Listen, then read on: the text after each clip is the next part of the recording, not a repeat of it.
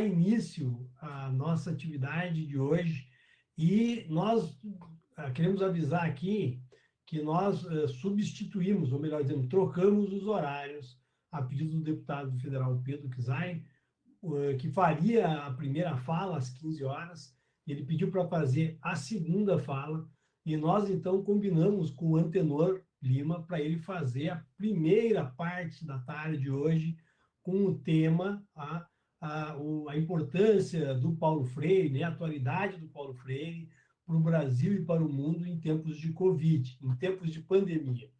Então, eu queria pedir já, convidar o Antenor para entrar aqui no nosso estúdio online, na nossa sala, estúdio online, enquanto eu o apresento. O Antenor, que é um educador popular paranaense, né? Que está lá em Pernambuco neste momento, vocês vão poder perceber que ele não está sentindo o frio aqui do sul, né? O Antenor é mestre em educação, sociólogo, educador popular, assessor da Federação dos Trabalhadores e das Trabalhadoras, agricultores e agricultoras familiares de Pernambuco e integrante da rede de educadores e educadoras da Enfoque, da Escola Nacional de Formação da CONTAG, escola a qual inclusive ele coordenou, participou, atuou durante um bom tempo, né, Antenor? Então, queria te agradecer, meu amigo, que você tenha aceito este convite, né, para este momento tão, vamos dizer assim, peculiar, né? O Freire faria 100 anos de nascimento agora, né? E a gente está discutindo os 100 anos de nascimento do Freire no momento da conjuntura política, social, muito próximo à década de 60, de 70, né? Ao período de Angicos, ou depois, né? Posteriormente, aí ele escreve em 75, publica, né? A Pedagogia do Oprimido, né? Então, tem um contexto muito similar, assim, e a gente queria discutir o Paulo Freire num outro contexto, né? De 100 anos de nascimento dele. Mas eu quero muito agradecer a tua disponibilidade e deixar, então, contigo para você poder trazer uma perspectiva desta atualidade do Freire, né, durante os 30 minutos, depois a gente abre um diálogo e pedir para o pessoal que está nos assistindo no YouTube. O YouTube é o local de fazer comentários, né, e indagações e perguntas ao Antenor para que depois a gente possa trocar aqui. Então, Antenor, deixo contigo, meu amigo. Obrigado a todas e todos. É um prazer, né? Primeiro agradecer a Márcio, que é um colega, irmão, militante, militamos muito juntos, né? Já se encontramos em vários caminhos por aí, nesse Brasilzão afora, né? Então é um prazer rever você, mesmo nessas janelinhas, né, Márcio? Ultimamente a gente só está se vendo nas janelinhas, né? Mas agradecer à universidade pelo convite. É fundamental esse debate, né? Esse debate de aproximar a universidade da educação popular, de quem está vivendo e fazendo essas experiências de educação popular, é fundamental. Então, muito obrigado à universidade pelo convite e também ao deputado, né? Eu fiquei sabendo que isso é uma parceria com uma emenda parlamentar, isso é fundamental para as universidades públicas. Nós estamos vivendo um momento muito difícil de financiamento das universidades públicas, aquelas universidades que, de fato, fazem ciência no Brasil, nós estamos vendo nisso nessa pandemia, e os financiamentos estão muito difíceis. Então, quando um deputado se coloca a dizer, não, vamos colocar dinheiro na universidade pública, é fundamental. Então, também parabéns ao Pedro, que também eu conheço, militamos, inclusive, no mesmo partido. Mas eu queria começar, mas dizendo isso, que você já me apresentou, né? Eu sou um paranaense que vim parar em Pernambuco. Hoje eu estou na terra de Paulo Freire, né? Eu nunca imaginei que um dia na minha vida eu ia morar no estado que deu à nação brasileira e ao mundo, talvez o maior pedagogo que o mundo conheceu, que foi Paulo Freire, né? Eu estou aqui já há 5 anos, mas tudo que a gente vai falar aqui, vai debater aqui, apesar desse meu currículo que você falou, sociólogo, mestre, não vem da academia, né? Eu não sou um pesquisador de Paulo Freire, eu não sou um estudioso de Paulo Freire, mas eu sou, como eu vou dizer assim, aquele que vive Paulo Freire na prática do dia a dia. Eu sou um educador popular, faço os meus trabalhos desde os anos 80 com formação, principalmente junto aos movimentos sociais, em especial ao movimento social camponês, né? Atuo muito na área dos movimentos sociais camponeses, né? Tanto na FETAP quanto na MST, que já trabalhei. Então, A minha experiência, o que eu vou discutir aqui, dialogar e prosear, como a gente costuma dizer na roça, é sobre essa experiência de que a educação popular e Paulo Freire tem a dizer nesse momento, do que a gente está vivendo, né? Então, para começar, eu queria começar dizendo justamente isso. Que momento que nós estamos falando? Ora, se é para discutir Paulo Freire nessa atualidade, o que é essa atualidade? Eu sei que esse debate o Pedro vai fazer com mais intensidade logo depois da minha fala, eu vi pela programação, mas eu queria colocar alguns elementos. Primeiro, que nós estamos vivendo um tempo excepcional. O que é um tempo excepcional? O que é um tempo diferenciado? Nós estamos vivendo um tempo que provavelmente seja um tempo que os estudiosos estão dizendo de uma mudança de era. O que é isso? E não começou na pandemia, né? Esse tempo, chamado tempo das incertezas, ele já começa antes. A pandemia só veio agravar e aprofundar esse tempo. O que é uma mudança de era? Mudança de era, a gente costuma dizer o seguinte, mudança de era é quando muda o tipo de roupa, o tipo de gíria, o tipo do cabelo, como as gírias mudam, mas as estruturas que sustentam a sociedade, elas continuam iguais, elas não mudam. Mudança de era é quando essas estruturas não são mais as mesmas. Elas começam a sofrer mudanças, e, obviamente, essas mudanças são ao longo de um tempo. A nossa geração é uma geração que está vivendo essa mudança. Nós ainda talvez não tenhamos clareza delas, porque nós estamos justamente no meio dessas mudanças. Alguns estudiosos dizem que essas mudanças que no futuro, a gente vai dizer, começou com o fim da Segunda Guerra. Outros vão dizer, não, começou com a crise do petróleo em 73.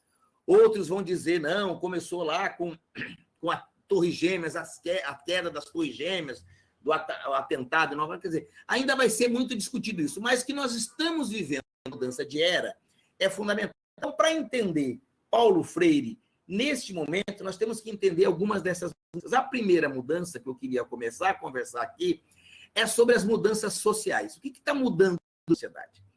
Ora, quando Paulo Freire começou os seus estudos lá em 1960 e foi aprofundando até construir a sua pedagogia, que Brasil era aquele? Nós éramos um Brasil ainda muito agrário, que começou a mudança em 1930, né? O Brasil tem uma mudança na sua estrutura econômica com a Revolução de 30, a partir de Getúlio Vargas, com a industrialização.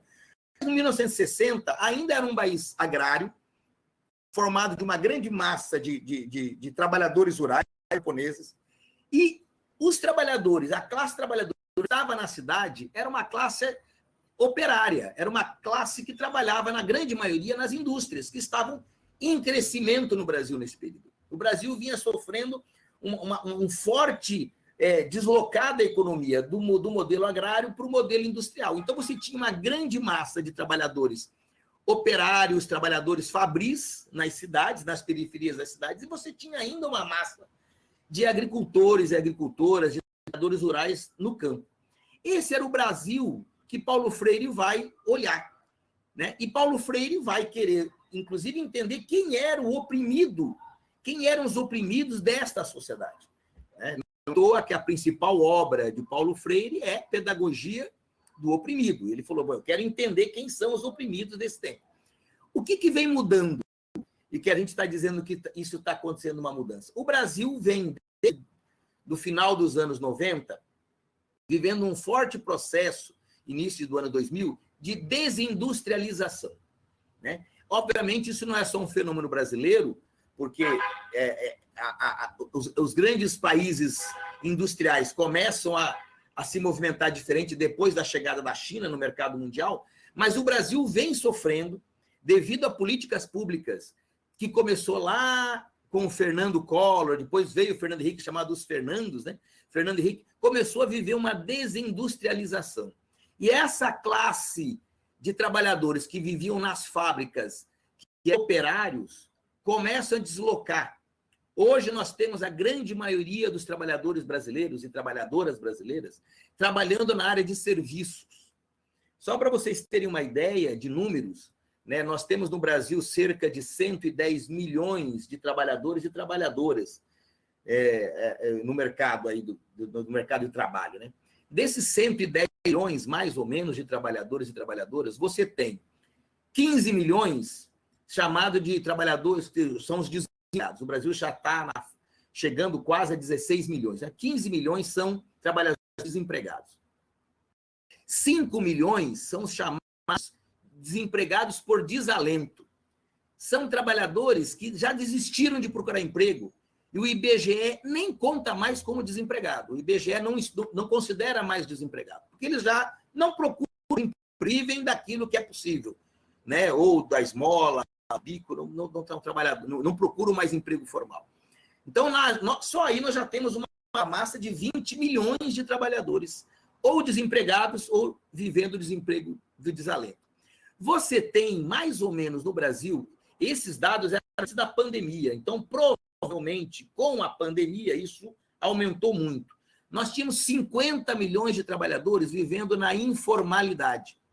O que significa trabalhadores vivendo na informalidade? É essa nova categoria que o professor Ricardo Antunes chama de uberização, né? São trabalhadores uberizados, são trabalhadores que não têm nenhuma proteção legal no trabalho, não tem nenhuma proteção das trabalhistas, não tem carteira assinada, não tem direito a nenhuma a indenização, a nada. São trabalhadores que estão trabalhando, que movimentam a economia, mas são chamados trabalhadores na informalidade. Aí você já tem 70 milhões de trabalhadores, né? Aí você vai ter 30 milhões ou 40 milhões, aí são os trabalhadores chamados trabalhadores de carteira assinada. São os trabalhadores, né, aqueles que ainda têm alguma proteção da lei. Então, olha, mudou muito o perfil da classe trabalhadora. E é desse perfil que a gente precisa entender como é que Paulo Freire olharia para esse novo conjunto de oprimidos, né? Como é que ele olharia para isso? Então, você tem hoje uma mudança muito rápida, muito drástica na classe trabalhadora brasileira. A segunda coisa que a gente deveria... Então, o Brasil vem passando por uma mudança social, muito, né, mudando... A segunda mudança, obviamente, é a mudança no campo da política. Nós vemos ao longo de 14 anos vivendo governos que a gente chama de democráticos e populares, né? Tanto 2 anos do governo, 2 mandatos do governo do presidente Lula, 2 mandatos meio, né? Porque a presidente Dilma foi tirada injustamente, né, do seu segundo mandato, mas eram governos que tinham uma sensibilidade social, que apesar do Brasil já estar vivendo esse processo difícil na economia, tinha uma sensibilidade, tinha políticas públicas voltadas à maioria da população, né? Você tem aí Bolsa Família, Minha Vida, programa aqui no Nordeste, programa das cisternas. Então, você tinha políticas públicas que... E, infelizmente, em 2018, aí eu não vou entrar no detalhe do porquê isso se chega, né? Nós tivemos a terrível tristeza de eleger esse sujeito, que eu não gosto nem de falar o nome, que está hoje na presidência da República, né? O Brasil começa a sofrer o seu primeiro pandemônio, né? Não é uma pandemia, é o seu primeiro pandemônio, que é um governo de extrema-direita, né?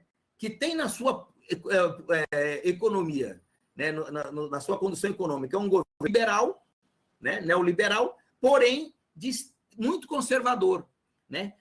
Tanto nas políticas públicas, quanto na questão de gênero, de raça, de etnia, quer dizer, um governo extremamente conservador, que nós chamamos aqui, né? E não é à toa, porque se a gente comparar com outros governos, de um governo quase que fascista no seu modelo de organização. Então, esse é o primeiro impacto que vai sofrer, depois da mudança social. O segundo impacto, a eleição do Bolsonaro, que faz uma mudança radical na política brasileira. A terceira especialidade desse momento, né, a terceira mudança, é a pandemia. Em março, essa pandemia começa ainda no final de 2019, no mundo, lá na China, chega depois na Europa primeiro, mas aqui no Brasil chega em março de 2020. Né? E a pandemia é uma crise sanitária. A pandemia, igual esta pandemia, provavelmente a gente só tinha vivido, não foi a minha geração, e provavelmente muito poucas pessoas que estão assistindo, talvez nem tenha vivido a última pandemia, que foi nessa proporção a de 1918, da chamada gripe espanhola, né?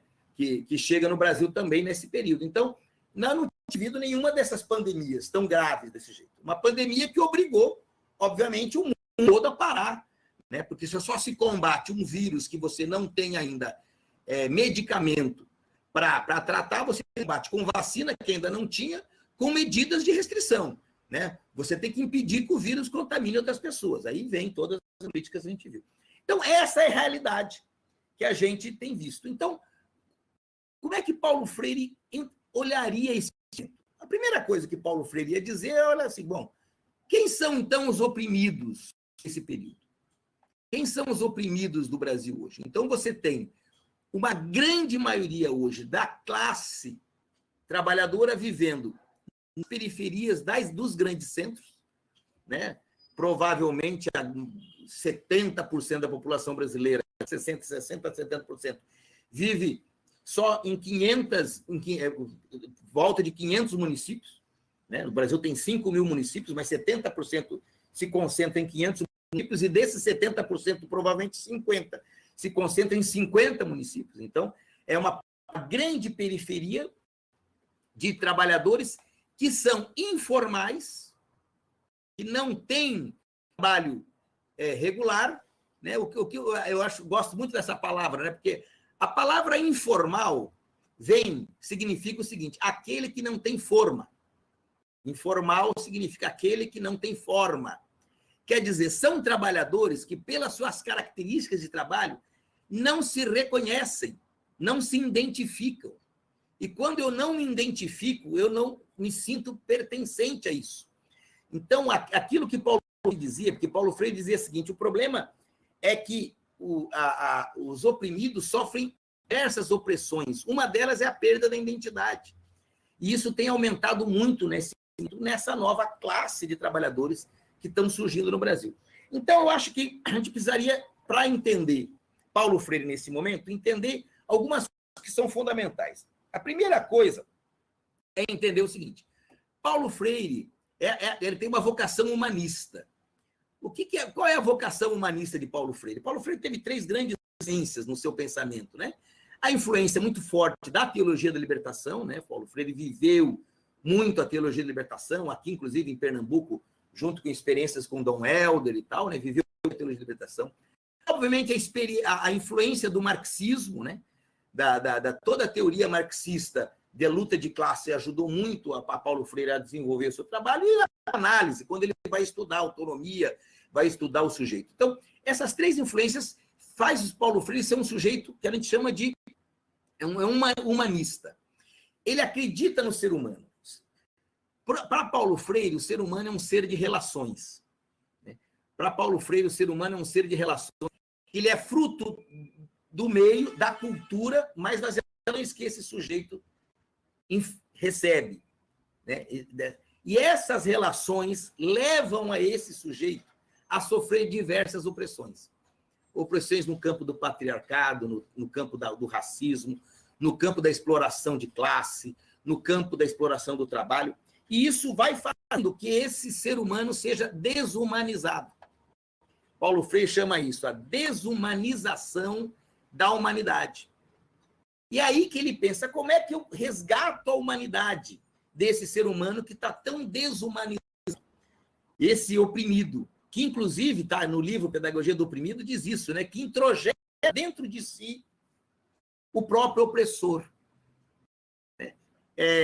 Essa cena, uma atriz que no programa do Sérgio lá da Globo, do Sérgio Grosso, fez um depoimento em que perguntava assim, né, como é que a gente elegeu o Bolsonaro? Né?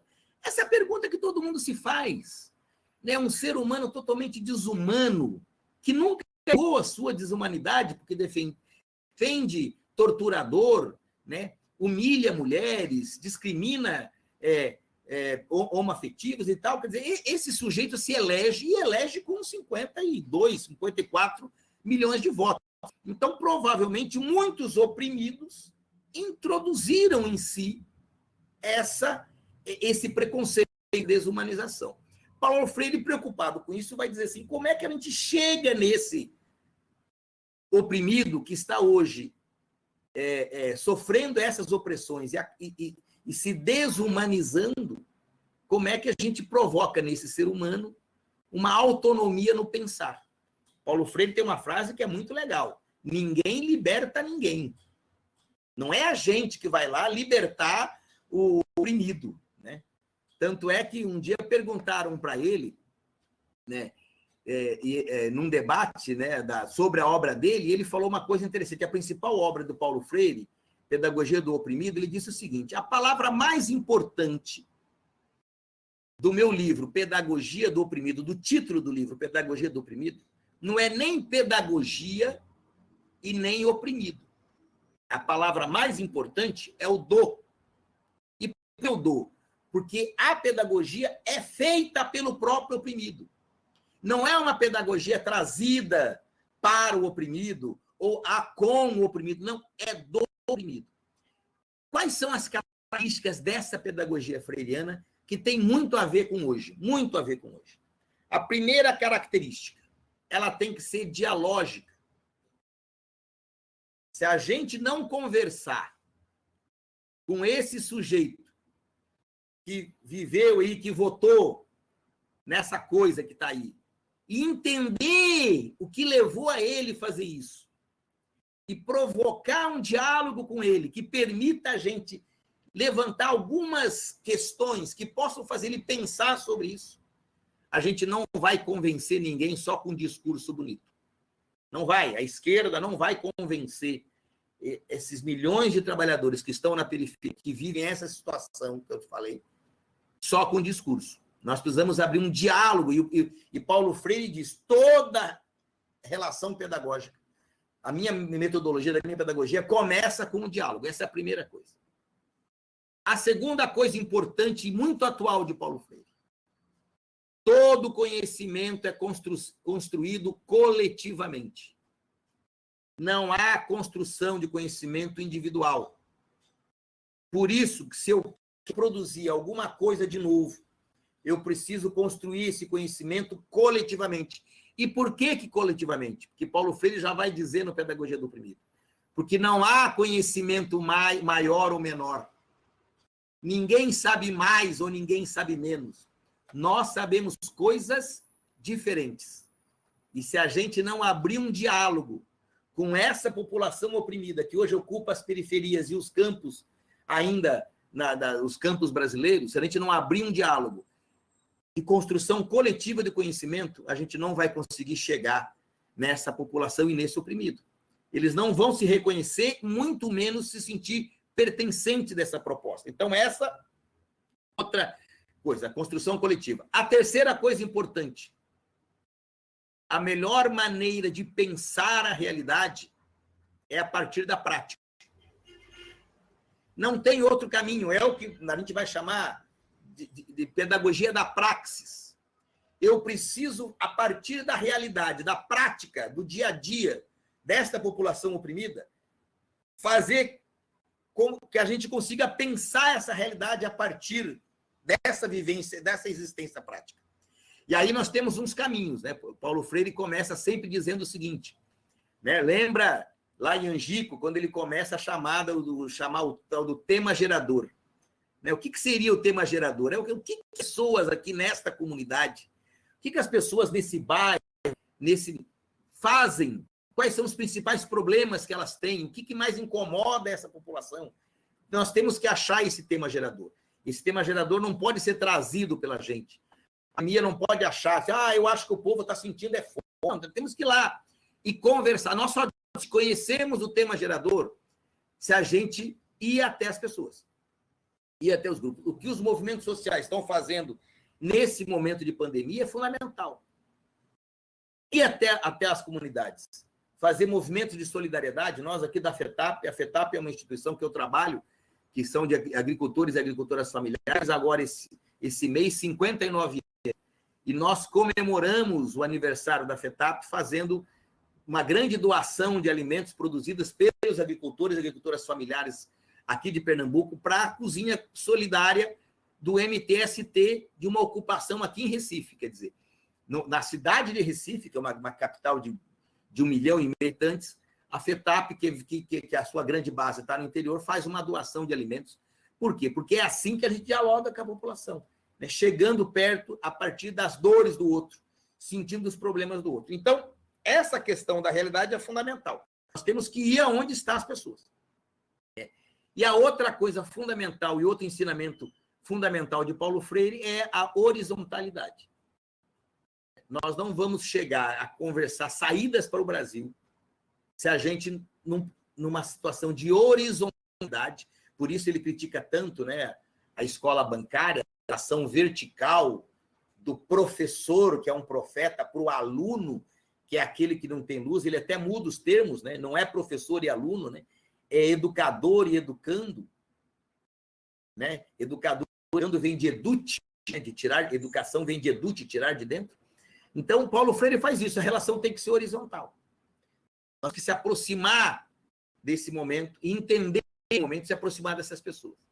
Nós temos ainda uma grande parte da população brasileira que é enganada, iludida, por vários caminhos ou por várias questões desse momento de rede social, né, desse momento de fake news. Tem muita gente ainda iludida. E nós precisamos chegar nessas pessoas, que nós chamamos aí, né, no nosso jargão, nos bolsomínios, né, nos bolsonaristas. Quem são esses bolsonaristas, afinal de contas? Quem são esses 54 milhões, que hoje não é, as pesquisas já mostram que ele fica muito na votação, então ele não tem mais os 54 milhões. Mas quem são esses que ainda estão? A gente precisa entender, e a gente só vai entender o mundo. Quais são? Porque a maioria ainda estão nas periferias e são pobres. A gente tende a achar, não, a maioria é rico. Não é verdade.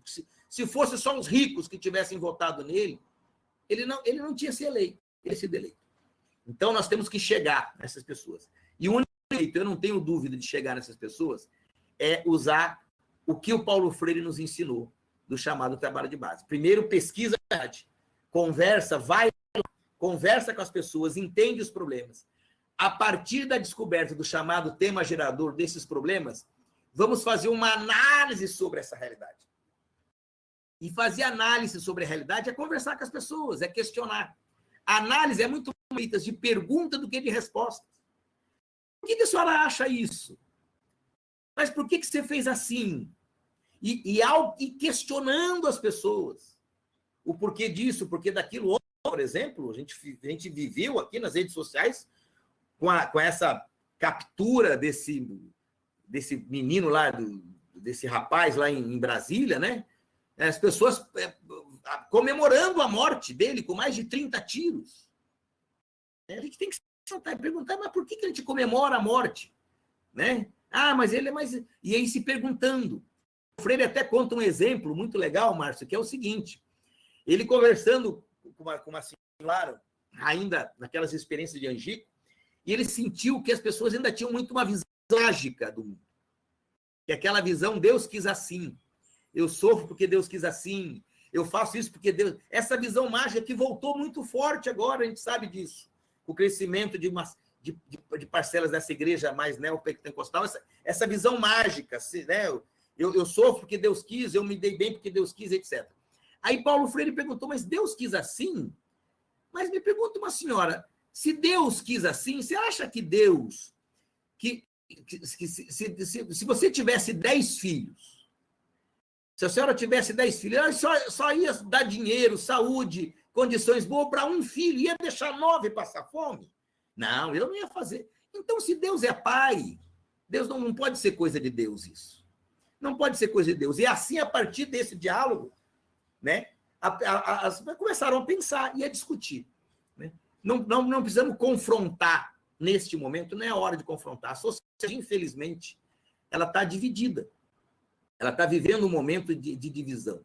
Né? Foi muito ruim para a história política brasileira o que aconteceu em 2018, antes, inclusive, a perseguição ao Lula, as mentiras sobre Lula, que hoje já está tudo provado que era mentira. Tudo isso fez um grande mal à humanidade, e principalmente ao Brasil. Nós precisamos agora, né, a gente que acredita, e eu sou freiriano, né, eu tenho muita esperança, né, e como diz Paulo Freire, esperança do verbo esperançar, né? Esperançar é ir atrás, é fazer a mudança, né? Porque tem gente que tem esperança do verbo esperar, fica parado, né? Eu que tenho muita presença do verbo esperar, tenho dúvida que agora é a hora da gente se aproximar cada vez mais dessas comunidades, da população, mais, desses oprimidos que ele viu lá nos anos 60 e hoje estão aqui com outro jeito, com outras características, se aproximar desses oprimidos e fazer aquilo que é fundamental, que é uma educação que ele vai chamar de libertadora, outros vão chamar de emancipatória, não dá o nome que quiser à educação, mas é uma educação que dê autonomia no sujeito e que ele consiga romper as opressões que estão dentro deles e essas opressões que impedem ele de ver a verdade, essas opressões que impedem ele de perceber o que está por trás das coisas e, aos poucos, ir pensando coletivamente saídas. Paulo Freire tem uma palavra que eu gosto muito, o inédito viável. O que é o inédito viável? O inédito viável já está acontecendo. São experiências de economia solidária, são experiências de multidão, são experiências, inclusive, de atividades virtuais como essa que a gente pode levar a esperança para as pessoas. Então, eu acho que entender este momento, Paulo Freire tem tudo a ver com ele. Paulo Freire, com certeza, pensou a pedagogia do oprimido, que foi lançada lá nos anos 70, final dos anos 60, início dos anos 70, as características dessa pedagogia têm muito a ver com o momento de hoje, né? Que é sempre estar disposto ao diálogo. Sabe, ninguém sabe mais do que ninguém, nós precisamos construir coletivamente as experiências de mudança. Vive amorosidade, né? Paulo Freire vai dizer assim, né? Eu sou educador porque me movo por amor. Não há método, nem pedagogia, nem metodologia que se sustente se não tiver amor, se não tiver respeito, empatia. E talvez esse momento que nós estamos vendo hoje seja o momento que mais a gente precisa de empatia. São 20 milhões de pessoas desempregadas que hoje não têm, e que se não é ação solidária do MST, da FETAP, da CUT, do PT, de campanhas solidárias de muitas ONGs que estão fazendo por aí, se não são essas campanhas solidárias, essas pessoas não se alimentam hoje. Então, essa empatia, essa relação é fundamental. Eu acho que esses são um pouco dos para entender a atualidade de Freire, né? Freire percebeu muito antes da gente, né, que só tem um jeito de ajudar as pessoas a enfrentar a opressão. É ser feito por elas. Ninguém vai trazer a liberdade de ninguém, ninguém vai trazer a saída, né, para as mudanças do nada. A gente acredita muito, a gente vê pessoas, o Lula, vamos eleger o Lula. Não, assim, não basta eleger o Lula ou qualquer outro candidato de esquerda na próxima eleição para a gente ir dessa realidade. O Brasil, o João Pedro Stedley, num debate que eu participei com ele, o Brasil está na UTI, infelizmente, né? A pandemia, o pandemônio, né? A crise econômica levou o Brasil para a UTI. E a gente precisa muito de medidas rápidas, e essas medidas só vão sair junto, estando feitos pelo povo, não tem outro caminho.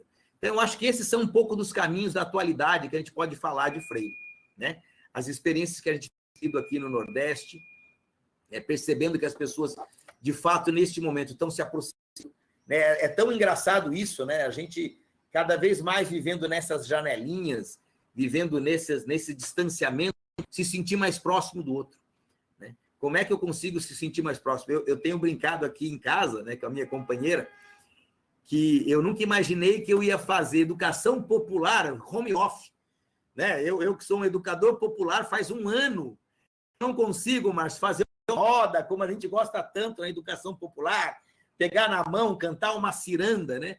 Faz mais ou menos um ano que eu não faço isso nas minhas atividades. Mas todo dia temos participado de atividades virtuais como essa que nós estamos fazendo, ou de outras, ou participado. Por quê? Porque é fundamental que a gente bote essa educação popular para rodar. E nada melhor do que ser no ano do centenário de Freire, né? Centenário de Freire, que agora, em setembro, comemoraria 100 anos, e nós vamos comemorar. Vocês sabem, né, Márcio? Você faz parte da campanha. Desde que esse governo fascista assumiu, vem um grupo, vem criando um movimento contra o pensamento de Paulo Freire, que foi eleito patrono da educação brasileira, ele quer tirar esse título de Paulo Freire, né? E a gente começou uma campanha com o CEAL, a FETAP é filiada ao CEAL, que é o Conselho Latino-Americano de Educação Popular, fundado pelo Paulo Freire, ainda lá nos anos 80. O CEAL começou uma campanha em defesa do legado de Paulo Freire, né? Em defesa de tão importante que o Paulo Freire foi para o mundo, não é para o Brasil. Paulo Freire é um pedagogo do mundo, é um educador do mundo. Então, a gente começou a campanha, depois, inclusive, a gente pode até disponibilizar o site, quem quiser assinar esse manifesto de apoio a essa campanha, ela pode ser tanto assinada por instituições, né? Uma ONG, um sindicato, uma instituição pode assinar, como pode ser assinado também por militantes, para dizer assim, Paulo Freire é fundamental, o seu legado é tão importante, foi naquela e continua sendo, né? Então, eu acho que para começar essa conversa, foi um pouco isso, e a gente podia agora abrir aí, ver se tem essas interações. Amigo Márcio, comandante, é você.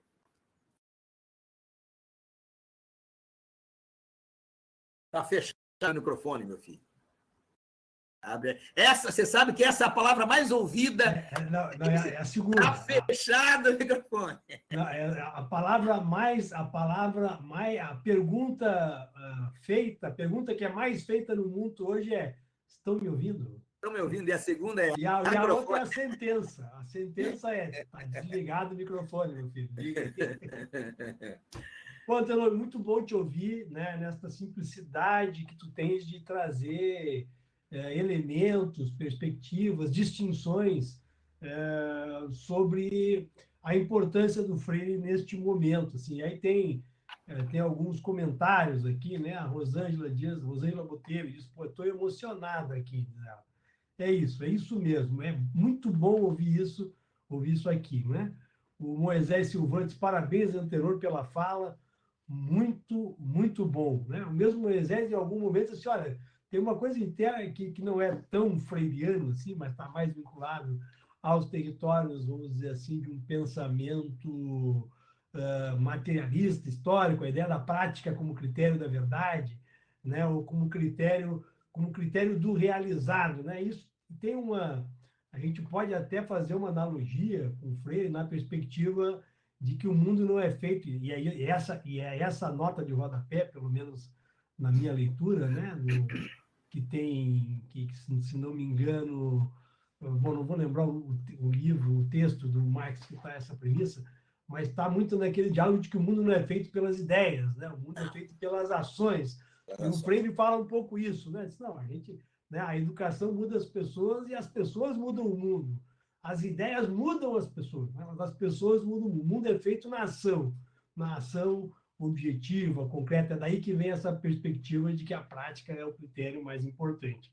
Eu queria te explorar um pouquinho aqui, no sentido, né? Não no sentido que capitalista. Capitalista, mas no sentido do garimpo, né? De garimpar aqui as ideias, de garimpar aqui no Sul. A gente fala, vamos fazer um toró de ideia, né? Sim. De trazer um pouco. Pô, eu gostei muito, quer dizer, eu já tinha escutado, mas em outro contexto, mas te escutar aqui, para mim, ficou mais, vamos dizer assim, mais relevante, no sentido de trouxe um relevo diferente para a minha escuta, esta ideia né? Pedagogia do oprimido, que a pedagogia né? É ele que faz, é ele e é ela, né? São os oprimidos que constroem a sua pedagogia para lidar com o mundo. E a Eliane que é coordenadora da escola Florestan Fernandes, esteve conosco aqui, ela trouxe um pouco isso também, de uma outra perspectiva, né? Trazendo o seguinte: olha, o inédito viável, a classe operária, as camadas populares fazem todo dia para sobreviver neste mundo cruel. Né? Todo dia tem que ter um inédito viável. Eu queria te explorar um pouquinho, queria que a gente pudesse falar um pouco mais disso, né? Neste contexto agora. Né? Tu já trouxe essa questão assim: olha, isso aqui é um inédito viável, nós temos que nos reinventar fazendo isso aqui, mas não é o nosso desejo nem continuar com isso, porque a gente quer se abraçar, quer dar a mão para dançar uma ciranda, né? Quer poder chorar um no ombro do outro, né? Quer poder tocar na lágrima no rosto do amigo, da amiga, né, que a gente só vê aqui à distância. Mas queria te ouvir um pouco mais sobre essa questão do que é fazer junto. Fazer junto. Na perspectiva de que é do... Né? É junto, é ali do oprimido. É junto, é com ele. Então, é dele, né? Então, você sabe, Márcio, que eu tive o prazer de ter uma aula com o Paulo Freire. Eu, ainda jovem, militante lá de Curitiba, vou para o Instituto Cajamar, que você conheceu muito, andou muito por lá. Vou no Instituto Cajamar e num curso de formação, e o Paulo Freire ia dar um módulo. E eu ainda era estudante de sociologia, todo empolgado, admirava Paulo Freire, mas não concordava. Não entendia essa história de que ninguém educa ninguém, nós educamos sozinhos. Pô, eu estava querendo ser professor, o sonho era ser professor e dizer, como é que eu não educo? Aí eu pensei, já que eu estou com o Paulo Freire, eu vou perguntar para ele, dizer que eu gosto muito do que ele leu, do que ele falou, mas que a coisa eu não concordo, né? Mas Deus é tão bom comigo, Márcio, que não me deu chance de fazer essa pergunta, porque Paulo Freire começa o nosso módulo perguntando se podia contar a história. E ele conta uma história que ele foi visitar um amigo que era padre lá em Goiás. Esse dele se formou no seminário, virou padre numa comunidade, que acho que na época nem Goiás, já devia ser Tocantins, porque naquela época, isso foi em 85, Goiás nem era, 86, Goiás era separado ainda, né? E ele disse que ele chegou lá, e o padre, como convidou Paulo Freire, falou, vou reunir o povo. Né? E avisou as pessoas quem era Paulo Freire, toda a importância do Paulo Freire, a importância que ele foi e tal, e lotou a igreja. E quando lotou a igreja, o padre, como a gente faz nas nossas comunidades, escolheu alguém da comunidade para recebê-lo. E essa pessoa toda envergonhada recebeu Paulo Freire dizendo assim, ô professor, o senhor seja bem-vindo, né? Nós aqui é tudo ignorante. O senhor falou que o senhor é um doutor importante, que nós não vamos entender nada que o senhor vai falar, mas nós vai ficar bem quietinho, porque o padre falou para nós ficar quietinho, que o senhor é muito importante. E nós aprender com o senhor. Aí o Paulo Freire falou, não, mas acho que houve um engano aqui, porque eu não vim ensinar ninguém, eu vim aprender. Aí eu falei, não, mas aprender comigo, não, nós aqui ignorantes, não sabe escrever, não é nada, nós é ignorante.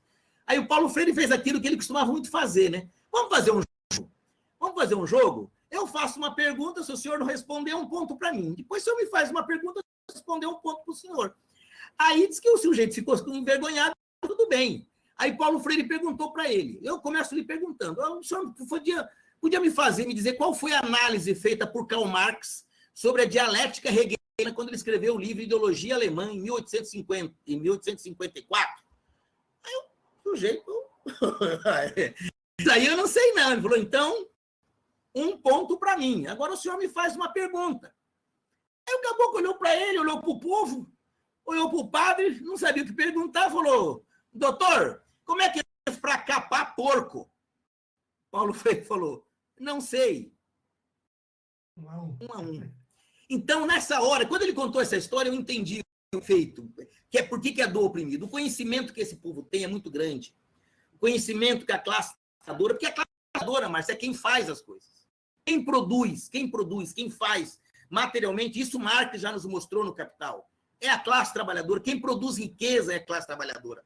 Só para você ter uma ideia, o projeto de 1 milhão de cisterna, que já tem mais de 1 milhão de cisterna feita aqui no Nordeste, que salvou a vida e tem salvado a vida de milhares de camponeses e camponesas, ela começou com um sujeito, um agricultor, que foi a São Paulo, fugido da seca, e como não tinha que trabalhar em São Paulo, foi trabalhar de pedreiro e construía piscina na casa das pessoas.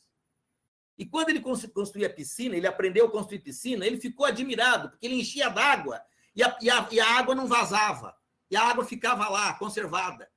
Aí ele falou, então eu posso voltar para a minha terra, construir uma piscina dessa, só que aí eu fecho a piscina para não cair sujeira, e eu fico com a água guardada. Foi a partir dessa experiência que hoje mais de 1 milhão de cisternas salvam vidas. E não foi um engenheiro, não foi nenhum estudioso da universidade que bolou a cisterna. Essa é a pedagogia do oprimido. Essa é a realidade. Te ouvindo falar da água, te agradeço muito a gente se emocionar junto aqui, porque né, a gente tem essa capacidade de não ter vergonha de se emocionar quando fala de salvar vidas, né, e de matar a sede e a fome das pessoas. Então, Te agradeço muito. Agora, quando tu Você me conhece, você sabe que eu sou chorão mesmo. Nós dois somos assim. Agora, eu lembrei de um outro, quando a gente fala do tema gerador, né?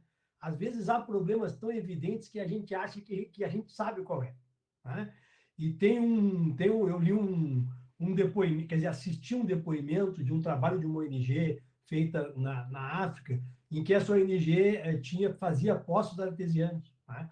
E foi para uma comunidade, foi lá e abriu 4, 5, 6, 7 poços.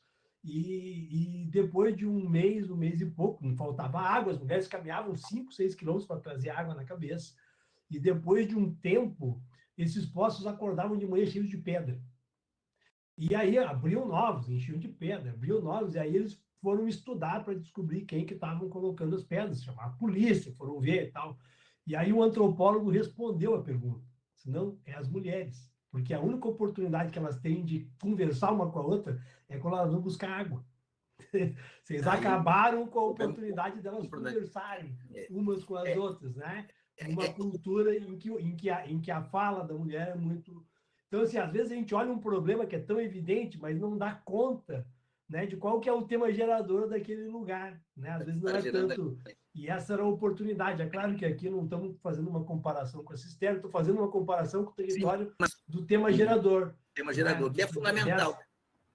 E se a gente não... E se aí eu digo isso aos movimentos sociais, aos partidos políticos, né? Nós estamos vivendo essa crise que eu falei da classe, da mudança dessa classe trabalhadora. Se a gente não entender o que atinge a classe trabalhadora hoje, a gente não vai conseguir dialogar com eles. Infelizmente, os sindicatos urbanos, eles são sindicatos que só conseguem dialogar com aquele que tem carteira assinada, porque eles lutam por direitos que são importantes, que são fundamentais, mas hoje dialogam com 30 milhões só, não chega a 30% da classe trabalhadora. Então, entender esse real problema que atinge a classe trabalhadora é fundamental.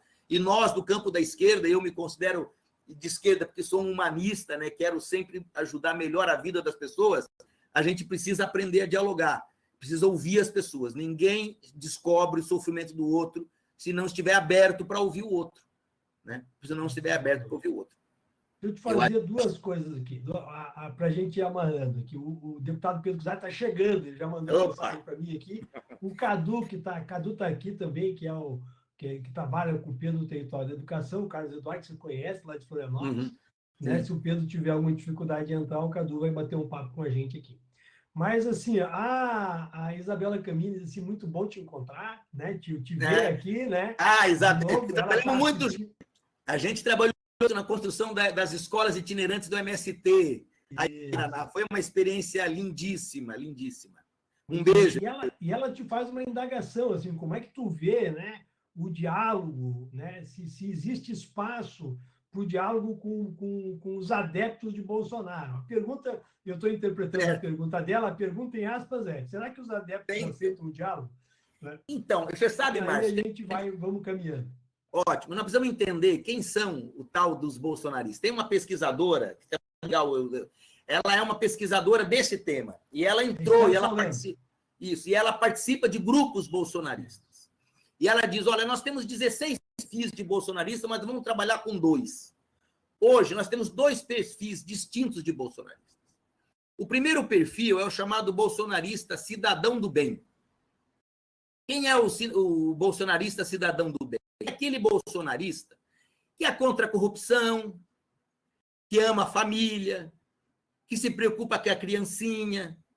Esse bolsonarista, a história da corrupção pegou. Ele vê como um eleitor do Bolsonaro. Ele não é um vigoroso bolsonarista, ele é um eleitor do Bolsonaro. E esses caras estão se balançando. A saída do governo balançou essas figuras. Essa posição do Bolsonaro de desprezar as vidas e tal, mexe com essas pessoas que votaram no Bolsonaro e estão balançando.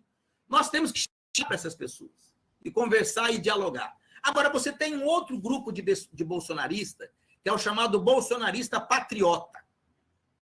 Esse é aquele bolsonarista militante. Ele se vê um soldado do Bolsonaro.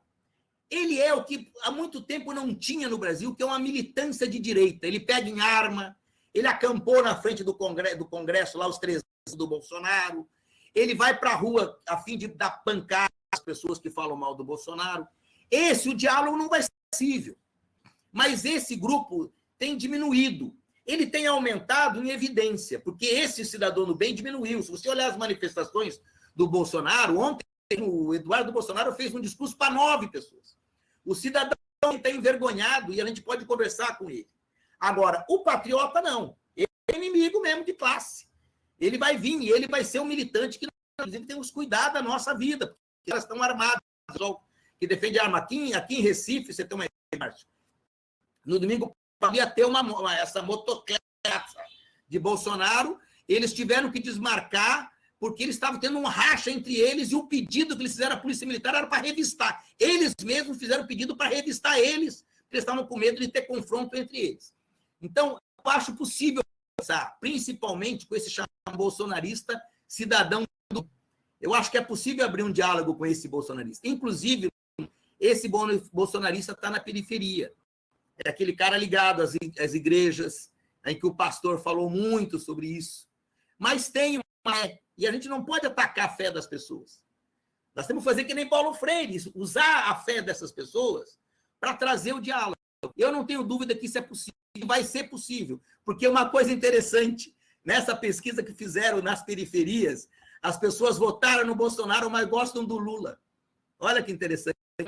Mas você sabe que, no fundo, as pessoas, mas eu gostava do Lula. Entendeu? Então, existe isso. Então, eu não tenho dúvida, Isabela, que é possível conversar, sim, com esse grupo chamado bolsonarista, cidadão do bem. O patriota vai ser aquele que nós vamos enfrentar nas ruas e nas manifestações, inclusive com muito cuidado. Muito bem, Antenor. Eu queria te agradecer, só por citar aqui o nome da pesquisadora, é a Esther Solano. Esther Solano. Que é espanhola e vive no Brasil há muito tempo. Não, e essa que eu estou citando é outra. Tem Esther Solano, mas tem uma outra também. Tem mais uma. Bom, então, mas a Esther também tem um estudo nisso. Acompanha grupos, tem artigos, a gente já escutou ela em outros momentos, depois a gente fala, mas que bom saber que tem mais gente estudando e atuando ali. Bom, Antenor, eu acho que é isso. Eu queria muito te agradecer a oportunidade, viu, de te ouvir, de você estar aqui. Eu sei que você tem um compromisso aí 16h30. O Pedro está entrando aqui daqui a pouquinho, mas queria muito te agradecer a oportunidade, te convidar, né? Eu já fiz o convite também para você, quando você confirmou. Nós vamos ter os cadernos dos seminários, né? Te convidar para se desafiar aí a colocar na agenda, para escrever umas linhas, né? Para a gente poder colocar nos cadernos sobre essa perspectiva da atualidade do Freire. E te agradecer muito, mano. Dizer para você mandar um abraço para a Mônica, né? Aí, sua companheira, nossa grande amiga, e te esperar para uma próxima oportunidade por aqui. Obrigado, Márcio. Eu que agradeço. E aí, para encerrar, eu queria lembrar, eu vi esses dias uma frase de Dom Helder Câmara que eu achei genial. Dom Helder Câmara, que foi um cara que andou por essas palafitas e por esses morros de Recife, ele dizia assim: quando os problemas se tornam absurdos, os desafios se tornam apaixonantes. Eu não tenho dúvida que quem está assistindo essa live, quem está assistindo essa sala, são apaixonados pelo Brasil, pelo povo, pela educação, e nós vamos fazer mudança disso, eu não tenho dúvida. Muito obrigado pelo convite, e a gente fica sempre... Venha logo para Recife, que eu estou com saudade. Tá bom? Bom, assim que acabar, assim que tivermos todo mundo seguro, a gente vai. Antenor, um abraço. Um abraço. Um abraço acalorado.